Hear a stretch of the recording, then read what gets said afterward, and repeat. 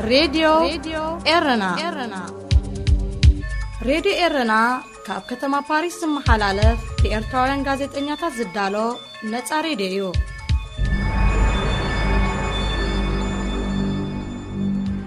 مس راديو إرنا يخم زلقم زغبركم سمعتنا إزي صومناوي فتصاميتاتيو أبناي سنبت فتصاميتات أوشتن وصان زنبر حزب إرترا نمبل شواي عامت نايتي هتصانات نفسو صراتن دق انستيون زركبوم استاد 360 إرتراوያን زهلغه حدغا بحر لامبيدوسا يذكرالو أوشت عدي زركبو إرتراوያን بفلاي دما سدرا بيتات قدات حدغا نزوم جينا رئيسهم أب غاستات إيطاليا تدفين زلو نبور قبر زيرخبو مقربهم عامت مصه بصلو تفتحتن دعانيوم زذكرو أبوص أزركبو إرتراوያን دلي تفتح دما أورات أنق سدت إرتراوያን أب إرترا زلو سرعات ስለዝኾነ أب إرترا لوطي كيمصه سدتن صعبيناتون دو كبل كم زيكل بمتحساب نتوم كملكن حسوم كنتات نابران نفسهم كدحنو أب بحري حدغا زغاطمو مغنات بحزن ذكيروم دحرتي مل العالم زحزنه ناي 3 ጥቅምቲ 2013 حدغا لامبيدوسا أوشت زي 7 ዓመታት أمايت إرتراوያን ዝርከብዎም بوحدو أستات 8000 ስደተኛታት حيالو هاجرات كم استحلو صبصاب حبرات هاجرات يملكت أب ጥቅምቲ 2013 أب لامبيدوسا استحلو أستات 360 إرتراوያን رئيسهم منግስቲ ኤርትራ በእኩብ ክርከቦ ፈቃደኛ ብዘይ ምዃኑ ገሊኦም ኣብ ሲሲሊያ ክቕበሩን ከለው ናይ ገሊኦም ካ ክሳብ ዝዋን እዚ ኣብ ጋሲ ተደፊኑ ይርከብ ነዞም ኣብ ማእከላይ ባሕሪ ዝተሓሉ ነፍሰ ጾራት ህፃናት ቆልዑ ኣዴታትን መንእስያትን ዝርከብዎም ኣስታት 360 ኤርትራውያን ኢጣልያ ትርከበን ሃገራት ናይ ሓዘን መዓልቲ ክእውጃሎምን ዝኽሪ ክገብራሎምን እንከለዋ መንግስቲ ኤርትራ ግና ኣይኮነን ዶ ዝኽሪ ክገብረሎምን ናይ ሓዘን መዓልቲ ክእውጀሎምን ኣብ ፈለማ ከም ዜጋታት ኤርትራውን ክቕበሎም ፈቃደኛ ኣይነበረን ኣብ ካል ኣጋጣሚውን ፕሬዝደንት ኢሳያስ ኣብ ሊብያ ኤርትራውያን ሞይቶም ንሰምዒና እንታይ ክገብርዮም ናብኡ ኸይዶም ክብል ነቲ ንኤርትራውያን ስድራቤታት ኣጉሂ ዘሎ ከቢድ ሓዘን በሽካዕላልን ላግፅንዩ ክምልሰሉ ተሰሚዑ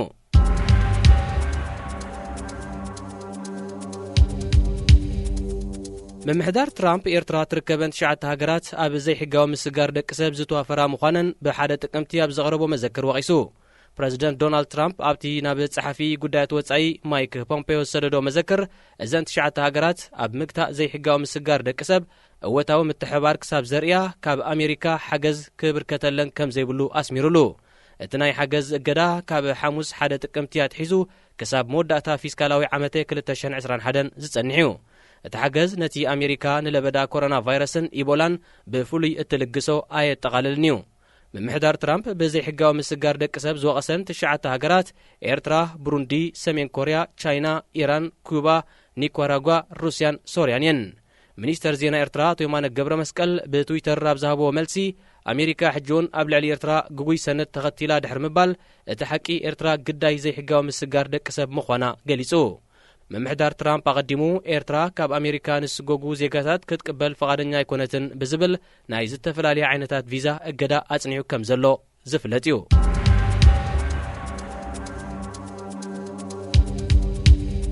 بريزيدنت أمريكا دونالد ترامب بكورونا فيروس تتحيزو زبل زينا كابز سالست زياد حيزو عبلالي أرستيو كوين زلو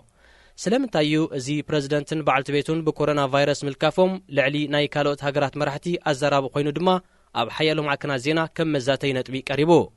بريزيدنت ترامب نلبدا كورونا فيروس كنا أسن كورونا فيروس كي حزكم حنسا كلوراكين وسدو كالأوان دما بركينا استيوز أمسالي معداتات كبزز أنحي مرحيو كدمزي بريزيدنت بوحدو حموشته مرحتي هاجرات بكورونا فيروس تلقيفهم يوم قدامي منيستر بريطانيا بوريس ينسن بريزيدنت غواتيمالا أليهاندرو غياميتي جيزياويت بريزيدنت بوليفيا جنين أنزن بريزيدنت هوندراس هوان أورلاندو هرناندزن نأبنت كابتوم بوقعي إز فيروس كم زلخفهم بمرققات أو الشباب ذاتو يوم بريزيدنت بيلاروس ألكسندر لوكاشنكون بريزيدنت برازيل جاير بولسونارون زركبهم حيالو مرحة هاجراتكا بيت فيروس كم زتلخفو انتقونه زخونه ملكتا سلزي ترأيهم كيف لتوه كم زحلفن يوم زقلت دبوب سودان إيرانن هندن مكتلات بريزيدنت زركبهم حيالو لعلوة سبب سلطانات زن هاجرات بيت فيروس تلخفهم بعلت بيتك قدامي منيستر كندا جاستين ترودو بيت فيروس دحر ملكافة اتي قدامي منيستر أو الشبا اتينيرو حيالو مرحت دما بيت فيروس تلغيفهم كنسهم زحاب اوو كم زلو تنتاتات يسمعيو ملكاف بريزيدنت ترامبن بعلت بيتون بيت فيروس قنا زياداتهم كالوت مرحتي هاجرات عالم وعوع كوين الله ምስ ሬድዮ ረናይኹም ዘለኹም ዝኸበርኩም ሰማዕትና እዚ ሰሙናዊ ፍጻሜታት እዩ። ኣብ ናይ ሶኒ ፍጻሜታት ኣብ መንጎ መንግስቲ ሱዳንን ተቃውምቲ ወገናትን ስምዕ ሰላም ተኸቲሙ። ኣብቲ ብቐዳም 3 ጥቅምቲ 2020 ኣብ ደቡብ ሱዳን ከተማ ጁባ ዝተኸተመ ስምዕ ሰላም መራሕቲ ሃገራት ቀርኒ ኣፍሪቃን ካልኦት ዕዱማት ሰበስልጣንን ተረኺቦም። ገለ ካብቶም ዝተረኽቡ ዕዱማት ፕሬዚደንት ሶማል መሐመድ ዓብዱላሂ ፋርማጆ፣ ፕሬዚደንት ጅቡቲ እስማዒል ዑመር ገለ፣ ፕሬዚደንት ኢትዮጵያ ወይዘሮ ሳህለ ወርቂ ዘውደ፣ ፕሬዚደንት ጫድ ኢድሪስ ደቢ፣ ፕሬዚደንት ደቡብ ሱዳን ሳልቫኪር ሚያርዲት፣ ቀዳማይ ሚኒስተር ግብፂ ሙስጠፋ ማድቡለይ፣ ሚኒስተር ጉዳያት ወፃኢ ቀጠር መሐመድ ቢን ዓብዱራሕማን አልታኒ፣ ሚኒስተራት ስዑድ ዓረብ፣ ሕቡራት ኢማራትን፣ ወከልቲ ሕብረት ኤውሮጳን ሕብረት ኣፍሪቃን ካልኦትን እዮም። ኣብ ቀርኒ ኣፍሪቃ እትርከብ ጎረቤት ሱዳን ዝኾነት ኤርትራ ኣብዚ ስምዕ ናይ ምኽታም ኣጋጣሚ ኣይተረኽበትን። ኤርትራ ኣብዚ መሰጋገሪ መንግስቲ ሱዳንን ሓያሎ ተቃውምቲ ወገናትን ዝኸተምዎ ኣገዳሲ ስምዕ ዘይተሳተፈትሉ ምኽንያት ኣይተነፀረን። ፕሬዚደንት ሶማል ዓብዱላሂ ፋርማጆ ኣብዚ ኣብ ጁባ ዝተኻየደ ምኽታም ስምዕ ሰላም ሱዳን ድሕሪ ምስታፉ ትማሊ 4 ጥቅምቲ ናብ ኣስመራ ኣትሎ።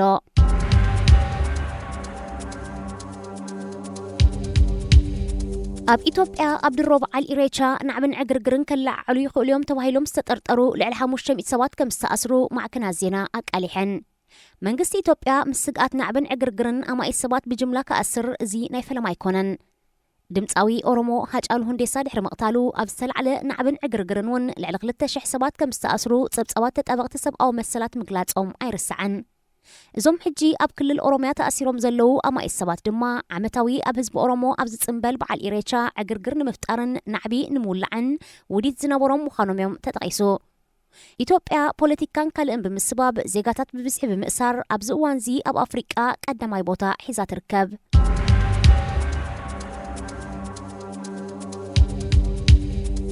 ሓዳስ ኮሎዶኒ ካብ ፈረንሳ ነፃ ክትከውን ዶ ኣይፋላብ ዝብል ህዝባ ትማሊ ሰንበት 4 ጥቅምቲ ኣብ ዘካየዶ ረፈረንዶም እቲ 53.26 ሚእታዊት ኣካል ፈረንሳ ኮይኑ ክነብር ከም ዝደሊ ኣድሚፆ። እዛ ኣብ ሰለማዊ ውቅያኖስ ምስ ኣውስትራልያን ኒውዚላንድን ብክልማይ ተዋሲና ትነብር ደሴት ሓዳስ ኮሎዶኒ ካብ 1853 ናትሒዘያ ኣካል ፈረንሳ ኮይና ደቀባታ ደሴት ካብ ፈረንሳ ነፃ ንምዃን ከካይድዎ ድሕሪ ዝፀንሑ ፖለቲካዊ ጎስጓሳት መጻዕ ዕድልታ ግዝኣት ዝውስን ቅድሚ 2 ዓመት ረፈረንደም ተኻይዱ ነይሩ። እንተኾነ ህዝቢ ኣይፋል ናጽነት ስለዘንበፀ ኣካል ፈረንሳ ኮይና ቀፂላ። ምናልባት ህዝባ ናይ ምጥዓስ ዕድል መታን ክህልዎ ተባሂሉ ኣብ ዝተሰርዐ ናይ ትማል ረፈረንዱም ድማ እቲ ህዝቢ ደጊሙ ፈረንሳዊ ክበሃል ከም ዝደሊ ኣረጋጊጹሎ። ኣስታት 284,000 ዝግመት ህዝቢ ሓዳስ ኮሎዶኒ ድሕሪ 2 ዓመታት እውን ተመሳሳሊ ዕድል ክወሃቦ እዩ።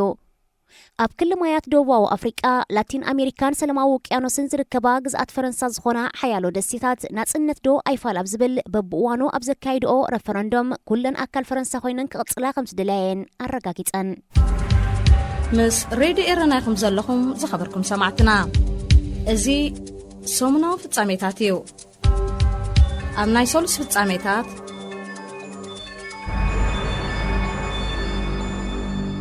ኣብ ታሪክ ናጻ ኤርትራ ንፍትሕን ሕግን ብምጽዋዕ ካብ ዝተኣስሩ ሓርበኛታት ቀዳማይ ምዃኑ ዝንገረሉ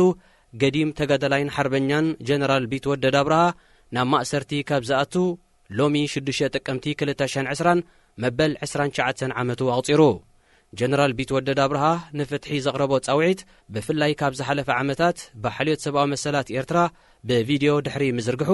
ታሪኹ ኣብቶም ድሕሪ ምእሳሩ ዝተወልዱ ንኣሽቱ ወለዶውን ከይተረፈ ደሚቑ ዝርከብ ዘሎ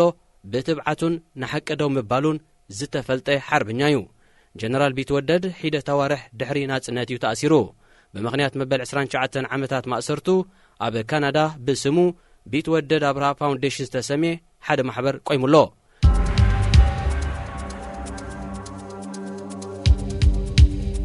ኤርትራዊት ኣትሌት መቕደስ ወልዱ ብሰንበት 4 ጥቅምቲ ኣብ ዝተኻየደ መበል 13 ውድድር ፍርቂ ማራቶን ናንሲ ቀዳመይቲ ብምውፃእ ተሸላሚት ወርቂ ማዳልያ ኮይና መቕደስ ነዚ ውድድር ንምፍጻም 1 ሰዓትን 13 ደቂቕን 54 ካሊእታትን ወሲዱላ። ኣብ ካልእ ዜና ስፖርት ድማ ተቐዳዳማይ ፈረንሳይት ኮንቲኔንታል ክለብ ግሩፓማ ኤፍዲጄ ኤርትራዊ ያዕቆብ ደበሳይ ኣብ ትዕለት እቲ ኣብ ኢጣልያ ብተሰላሰለ መበል 92 ውድድር ኢል ፒኮሎ ሎምቦርዲያ ሳልሳይ ደረጃ ብምሓዝ ናብ መድረኽ ሽልማት ደይቡ። ኣብዚ 154 ተቐዳደምቲ ናይ 29 ክለባት ኣብ መስርዕ ቅድድም ዝቐረብሉ ውድድር ኤርትራውያን ተቐዳደምቲ ኮንቲኔንታል ክለብ ኒፖን ቴሌግራፍ ኤን ቴሌኮም፣ ኤንቲቲ ሄኖክ ሙሉብርሃንን ናትናኤል ተስፋጽንን ተሳቲፎም እኳ እንተነበሩ ምስ ካልኦት 9 ተቐዳደምቲ ውድድሮም ክውድኡ ኣይከኣሉን። ኣብ ካልእ ናይ ቅድድም ብሽክለታ ዜና ድማ ኣብ መበል 106 ውድድር ሌዥ ባስቶኝ ዝተሳተፈ ኤርትራዊ ተቐዳዳማይ ካዛኪስታናዊት ክለብ ኣስታና መርሃዊ ቅዱስ መበል 59 ተርታ ሒዙ ንውድድሩ ወዲኡ። ኣብ መበል 103 ቅድድም ብሽክለታ ጅሮ ኢጣልያ ሳተፍ ዘሎ ኤርትራዊ ተቐዳዳማይ ክለብ ኤንቲቲ ኣማኑኤል ገብረ እግዚአብሔር ብቐዳም 3 ጥቅምቲ ኣብ ከተማ ሞንሬያሌ ኣብ ዝተኸፍተሉ 15.1 ኪሎ ሜትር ርሕቀት ዝነበሮ ናይ መኽፈቲ ውድድር ክሮኖሜትር ካብ ቀዳማይ 1 ደቂቕን 29 ካሊእታትን ድሒሩ መበል 7 ደረጃ ሒዙ። ኣብዚ ናይ ሎሚ ዓመት ውድድር ጅሮ ዲ ኢጣልያ ክሳተፍ መደብ ሒዙ ዝነበረ ኤርትራዊ ተቐዳዳማይ ፈረንሳይት ክለብ ኮፊዲስ ናትናኤል ብርሃነ ብዘጋጠሞ ናይ ቪዛ ምድንጓያት ካብዚ ዓብይ መድረኽ ከም ዝበኸረ ተፈሊጡ። ብዘይካ ናትናኤል ቅድሚ ሓደ ሰሙን ኣቢሉውን ብተመሳሳሊ ምኽንያት ኣብ ውድድር ሻምፒዮን ቅድድም ብሽክለታ ዓለም ክሳተፍ ከም ዘይከኣለ ክረጋገጽ ክኢሉሎ።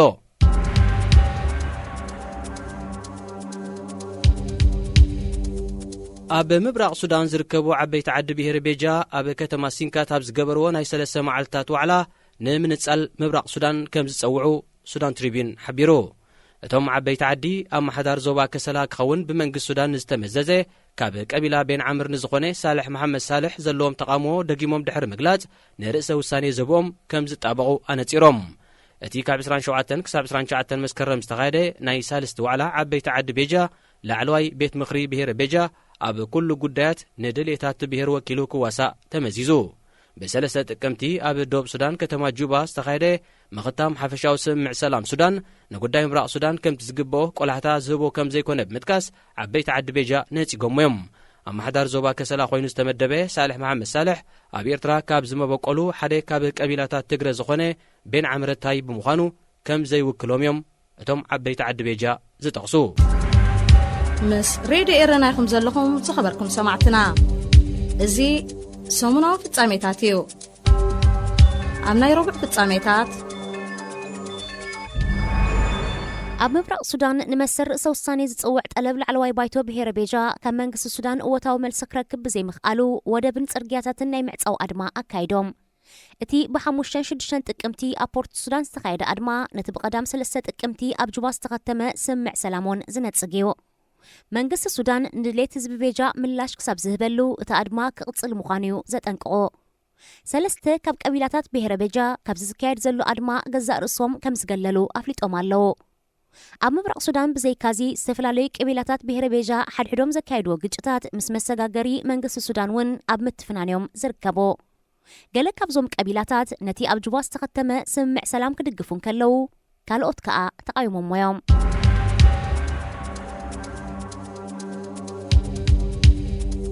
ካብ የመን ዝምለሱ ዝነበሩ 34 ኢትዮጵያውያን ስደተኛታት ዝጸዓነት ጃልባ ኣብ ቀይሕ ባሕሪ ብምጥሓላ ብውሕዱ 8 ካብኣቶም ከም ዝሞቱ ኣህጉራዊ ማሕበር ስደተኛታት IOM ኣፍሊጡ።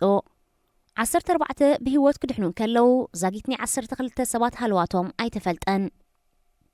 እታ ጃልባ ኣብ ገማግም ጅቡቲ ድሕሪ ምብጽሓ ብዘይ ሕጋዊ መንገዲ ዘሰጋግርዎ ዝነበሩ ሰባት ብግዴታ ክዘሉ ስለ ዘገደድዎም እቲ ሓደጋ ከም ዘጋጠመ ናይ ዓይኒ መሰኻክር ገሊጾም። ብሰንኪ ለበዳ ኮሮና ቫይረስን ጸጥታዊ ኩነታትን ስዑድ ዓረብ ደዋታ ብጽኑዕ ብምዕጻዋ ኣብ የመን ኣብ ሕማቕ ኩነታት ዝርከቡ ኣሽሓት ኢትዮጵያውያን ብሓገዝ ኣህጉራዊ ማሕበር ስደተኛታት ብመንገዲ ጅቡቲ ናብ ዓዶም ክምለሱን ከለዉ ንደላሎን ኣስገርትን ገንዘብ ብምኽፋል ብዘይ ሕጋዊ መንገዲ ዝምለሱ ከም ዘለዉ እውን ጸብጻብ ትካል የመልክት።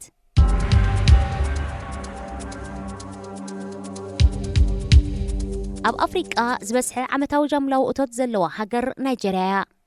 እዛ ካብ ነዳድን ካልእን ዓመታዊ ልዕሊ $446 ቢልዮን ጃምላዊ እቶት ዘለዋ ሃገር ብብዝሒ ህዝቢ እውን ቀዳመይቲ እያ።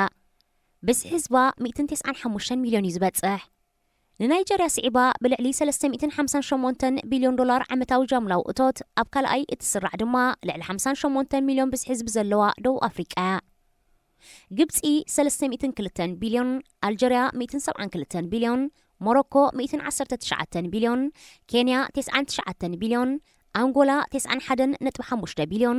ኢትዮጵያ 91፣ ጋና 67 ቢልዮን፣ ታንዛንያ 62 ቢልዮን ድማ ካብ ሳልሳይ ክሳብ 10 ዘሎ ቦታ ሒዘንኦ ይርከባ።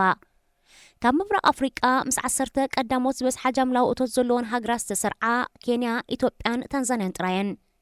بأنصار زي زتحت جاملاو أتوت زلون هجراتك منمنين ሶማሊያ ማእከላይ ሪፐብሊክ አፍሪቃ ብሩንዲ ላይቤሪያ ኒጀር ማላዊ ሞዛምቢክ ኤርትራ ደቡብ ሱዳንን ማዳጋስካርን ብቀደም ተኸተል እተን ዝወሓደ ዓመታዊ ጃምላው እቶት ዘለወን 10 ሃገራት አፍሪቃየን ሓፈሻዊ ጃምላው እቶት ዘን ሃገራት ካብ 15 ክሳብ 2 ቢልዮን ዶላር ዝጸጋጋዕ ንኣብነት ኤርትራ 2.6 ቢልዮን ጃምላው እቶት ከም ዘለዋ ጸብጻብ ባንክ ዓለም ይጠቅስ ዓመታዊ ጃምላው እቶት ማለት ሓንቲ ሃገር ኣብ ሓደ ዓመት ካብ ሰነድ ይኹን ካልእ ፍርያት ዝረኸበቶ ውህሉል ገንዘብ ማለት እዩ ሓንቲ ሃገር ዝበስሐ ዓመታዊ ጃምላው እቶት ኣለዋ ማለት ግና ዜጋታታ ዝበስሐ ዓመታዊ እቶት ኣለዎ ማለት ኣይኮነን ንኣብነት ዝበስሐ ጃምላው እቶት ካብ ዘለወን ቀዳሞት 10 ሃገራት አፍሪቃ ተሰሪዓ ትርከብ ኢትዮጵያ ዝበስሐ ካብቲ ልዕሊ 100 ሚልዮን ዝግመት ብዝሒ ህዝባ ካብቲ ዝወሓደ ኣታው ዘለዎ ህዝቢ ናይ ሃገር አፍሪቃ እዩ ምስ ሬድዮ ኤረናይኩም ዘለኹም ዝኸበርኩም ሰማዕትና እዚ ሰሙናዊ ፍጻሜታት እዩ ኣብ ናይ ሐሙስ ፍጻሜታት ኮሚሽን ሰብኣዊ መሰላት ሕቡራት ሃገራት ንሱዳናዊ ክኢላ ሕጊ ፕሮፌሰር መሐመድ ዓብዱሰላም ባቢከር ፍሉይ ልኡኽን ጸብጻብን ኣብ ጉዳይ ሰብኣዊ መሰላት ኤርትራ ክኸውን መዚዝዎ ካብ 2018 ናትሒዛ ፍሊት ልእኽትን ጸብጻቢትን ወይ ድማ ስፔሻል ራፖርተር ኣብ ጉዳይ ሰብኣዊ መሰላት ኤርትራ ኮይና ከተገልግል ጸንሐት ክኢላ ሕጊ ዝኾነት ተወላዲ ቺሌ ዳንኤላ ክራፍትዝ ብፈቓዳ ክትእለ ድሕሪ ምሕታታዩ ሕቡራት ሃገራት ብሱዳናዊ ፕሮፌሰር መሐመድ ዓብዱሰላም ባቢከር ተኪዋ ዘሎ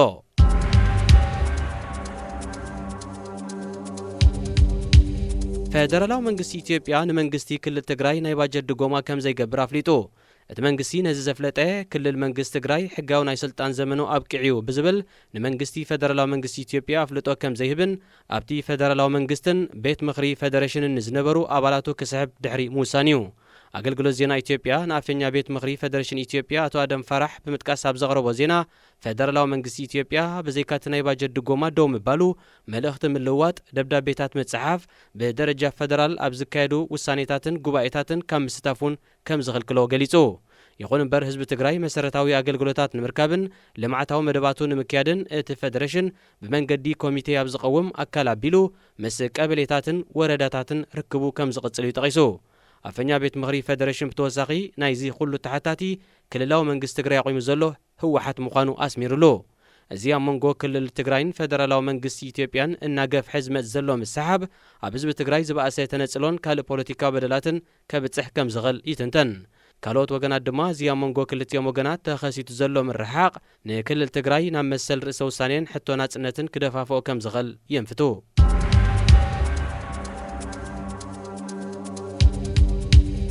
ሰራዊት ሶማል ኣብ ደቡባዊ ሃገር ዞባ ታሕታይ ሸበሌ ከባቢ ከተማ ባሪሬ ኣብ ዘካየደ ወተሃደራዊ ስርሒት ክልተ መኮንናት ዝርከብዎም 10 ዕጡቓት አልሸባብ ከም ዝቐተለ ገሊጹ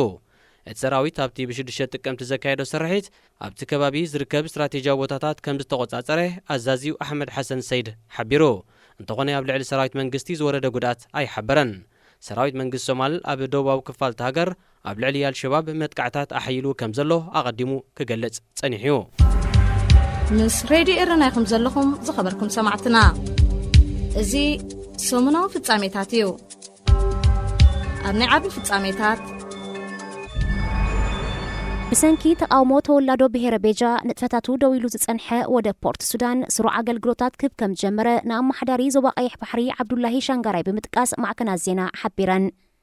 እቲ ንኣስታት 2 መዓልታት ስርሑ ደው ኢሉ ዝጸንሐ ወደ ፖርት ሱዳን ካብ 7 ጥቅምቲ ትሒዙ ስርሑ ከም ዝጀመረ እዩ ተገሊጹ እቲ ወደብ ሙሉእ ብሙሉእ ንጥፈታቱ ከም ዘይጀመረ ዘመልከቱ ካልኦት ወገናት ድማ እቲ ናይ ነዳዲ ተርሚናል ጥራይ ከም ዝተኸፍተ ጠቒሶም ኣብ ፖርት ሱዳን ዝተጀመረ ኣድማ ከም ዝሃድአ እኳ እንተተገልጸ ወጥርን ምትፍናንን ገና ከም ዘይሃድአ ዝተፈላለዩ ምንጭታት የመልክቱ ወደብ ይኹን ናብ ወደብ ዘእቱን ዘውፅእን መንገድታት ክኽፈት እንተኾይኑ መንግስቲ ሱዳን ንሕቶ ተወላዶ ብሔረ ቤጃ ምላሽ ክህብ ኣለዎ ክብልዮም ወደብቲ እቲ ኣድማ ዝጠቕሱ ወኪል መሰጋገሪ መንግስቲ ሱዳን መራሕቲ ብሔረ ቤጃን ኣብዚ ሳልስቲ እዚ ብኣካል ተራኺቦም ክዘራረቡ ትጽቢት ኣሎ ኣብ ዞባ ምብራቕ ሱዳን ዝርከቡ ብሔረ ቤጃ ብዘይካቲብ መንግስትን ዝተመደበሎም ካብ ቀቢላ ቢን ዓሚር ዝኾነ ኣመሓዳሪ ምቋሞም ክሳብ መሰር ርእሰ ውሳኔ ዝጠልብ ሕቶታት እዮም ኣልኢሎም ዘለዉ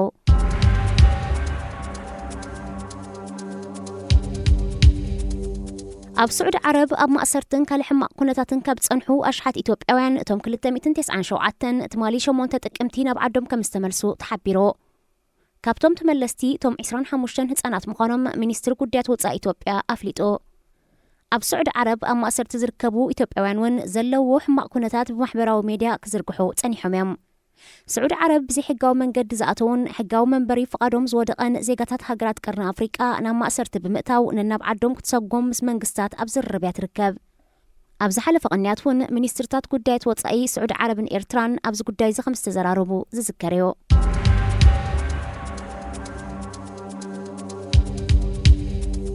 ብባይቶን ፕሬዚደንትን ሶማል ካብ ስልጣኑ ዝተሰጎገ ቀዳማይ ሚኒስተር ነበር ሓሰን ዓሊ ኻይረ ብዛዕባ ኩነታት ሶማልን መጻኢ ምርጫት ሃገርን ብዝምልከት ምስ ፕሬዚደንት ጅቡቲ እስማዒል ዑመር ገለ ዘትዩ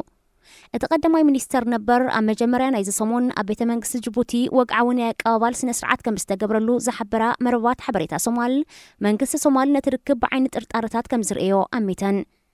ንመንግስቲ ርእሰ ምሕዳር ሶማሊላንድ ሙሉእ ደገፍ ከም ዘለዎ ዝንገረሉ ፕሬዚደንት ጅቡቲ እስማዒል ዑመር ገለ ብዛዕባ እቲ ምስ መንግስቲ ሶማል ጀመሮ ናይ ዕርቂ መስርሕ ብመንገዲ ዝቀዳማይ ሚኒስተር ነበር እዩ ዝካየድ ነይሩ ሓሰን ዓሊ ኻይረ ካብ ዝነበሮ ጽፍሒ ቀዳማይ ሚኒስተርነት ድሕሪ ምስጓጉ ዝመጽእ ዓመት ኣብ ዝካየድ ፕሬዚደንታዊ ምርጫት ሃገር ከም ዝወዳደር ኣፍሊጡ እዩ ካልኦት ኣብቲ ምርጫ ክወዳደሩ ምዃኖም ዘፍለጡ ፖለቲከኛታት ሃገር እውን ኣብ ተመሳሳሊ ዛዕባ ንምዝታይ ምስ ፕሬዚደንት ጅቡቲ ርክባት የካይዱ ምህላዎም እዩ ዝግለጽ ሬድዮ ኤረና ሬድዮ ኤረና ካብ ከተማ ፓሪስ ዝመሓላለፍ ብኤርትራውያን ጋዜጠኛታት ዝዳሎ ነፃ ሬድዮ እዩ